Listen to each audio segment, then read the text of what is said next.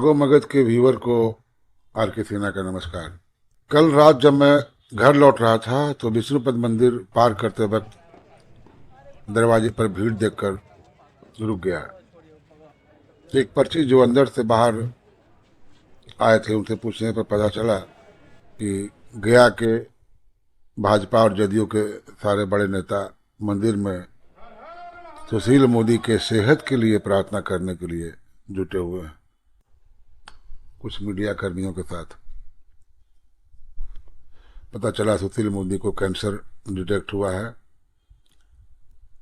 उन्होंने अपील भी जारी की है। मेरे दिमाग में सुशील मोदी के बारे में पिछले कोई 35-40 साल पहले से उनका पिक्चर दिमाग में घूमने लगा। सुशील मोदी जयप्रकाश आंदोलन की उपज थे, जैसे रामविलास पासवान, लालू यादव और नीतीश कुमार। कांग्रेस की विचारधारा के खिलाफ जब समाजवादी विचारधारा के नाम पर लालू यादव और नीतीश कुमार एक खेमे में थे, रामविलास पासवान दलित की राजनीति करने के लिए उन्होंने झंडा उठाया और सुशील मोदी का नाम खिला भाजपा के रूप में, जनसंघ के रूप में, पूर्ववर्ती जनसंघ के रूप में। यानी तीन पार्टी से अलग अलग इनका नाम खिला। एक ही पार्टी में लालू नीतीश थे, बाद में दोनों में भेद हुआ। सुशील मोदी लगभग 12 साल तक बिहार के डिप्टी सीएम रहे और बिहार में इनसे ज्यादा लंबा डिप्टी सीएम कोई नहीं रहा। बड़े मृदुभाषी, शांत स्वभाव के व्यक्ति थे उनका, और इनको मैंने डिप्टी सीएम के रूप में एक भाषण देते हुए सुना, प्रभावित हुआ था। 30 साल से बयान दिया, अगर मैं एक पद पर हूँ, एक पद धारक हूँ, एक महत्वपूर्ण पद पर बैठा हूँ, एक सरकार चला रहा हूँ, मिलकर चला रहा हूँ, तो मेरे बात को आप कम दिखा रहे हैं।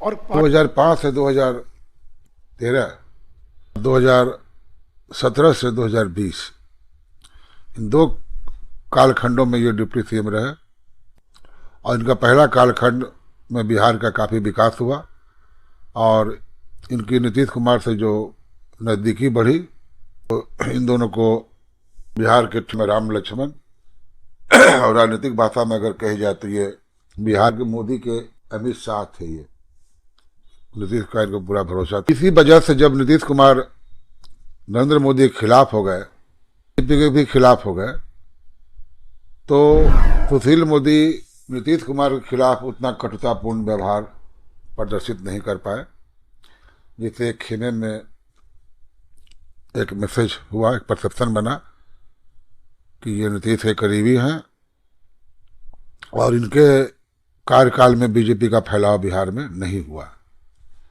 ये इनके लिए एक निगेटिव छवि हुई। और जब दोबारा एनडीए की सरकार बनी, नीतीश कुमार फिर पलट के आए मोदी की शरण में। उसके पहले ही सुशील मोदी को बिहार की राजनीति से अलग करके दिल्ली राज्यसभा के भेज दिया गया था। इनकी जगह पर जो 2 डिप्टी सीएम आए, उनको बिहार में कोई जानता भी नहीं था और उनके जितने दिन भी रहे नीतीश कुमार 20 के बाद 22 तक, तो इन दोनों डिप्टी सीएम का पता नहीं चला कि इन्होंने क्या किया और नीतीश कुमार तो फिर लालू यादव की तरफ चले गए। सुशील मोदी अलग हो गए। नीतीश कुमार चाहते थे कि दोबारा जब मोदी की शरण में आया और दोबारा गवर्नमेंट बनी एनडीए की, कि सुशील मोदी ही उनका डिप्टी रहे, मगर उनको हटा के दो अनजान व्यक्ति को बिठाया गया। सुशील मोदी का राज्यसभा में दिया गया भाषण मैंने भी देखा था और मुझे बहुत अच्छा लगा था। सुनते हैं। ऑब्सीन कंटेक्स्ट है, उस विषय पर पाबंदी लगाने के लिए मैं शून्यकाल में खड़ा हुआ हूँ। मध्य OTT यानी ओवर द टॉप ये जो प्लेटफॉर्म है, जैसे Netflix, Amazon, Disney, Viacom 18, Apple TV, Reliance broadcast, Hotstar, prime video, ऐसे 40 से ज़्यादा OTT प्लेटफॉर्म हैं और इन अधिकांश प्लेटफॉर्म पर जो प्रदर्शन किया जाता है सीरियल्स का, उसमें हिंसा, वल्गैरिटी, ऑब्सीन, गाली गलौज की भाषा किलिंग को ग्लोरीफाई करना, ड्रग्स को ग्लोरीफाई करना, और इतनी अभद्रता और अश्लीलता है कि परिवार के साथ बैठकर देखना कठिन है। बाद में जब नीतीश कुमार ने दोबारा पलटी मारी तो सुशील मोदी उसके बाद से बिल्कुल नीतीश के प्रति तल्ख हो गए। जो पहले उनका जो सॉफ्ट कॉर्नर था वो समाप्त हो गया, लेकिन राज्यसभा में होने के कारण और बिहार से अलग होने के कारण वो बिहार की राजनीति में दखल नहीं दे पाए।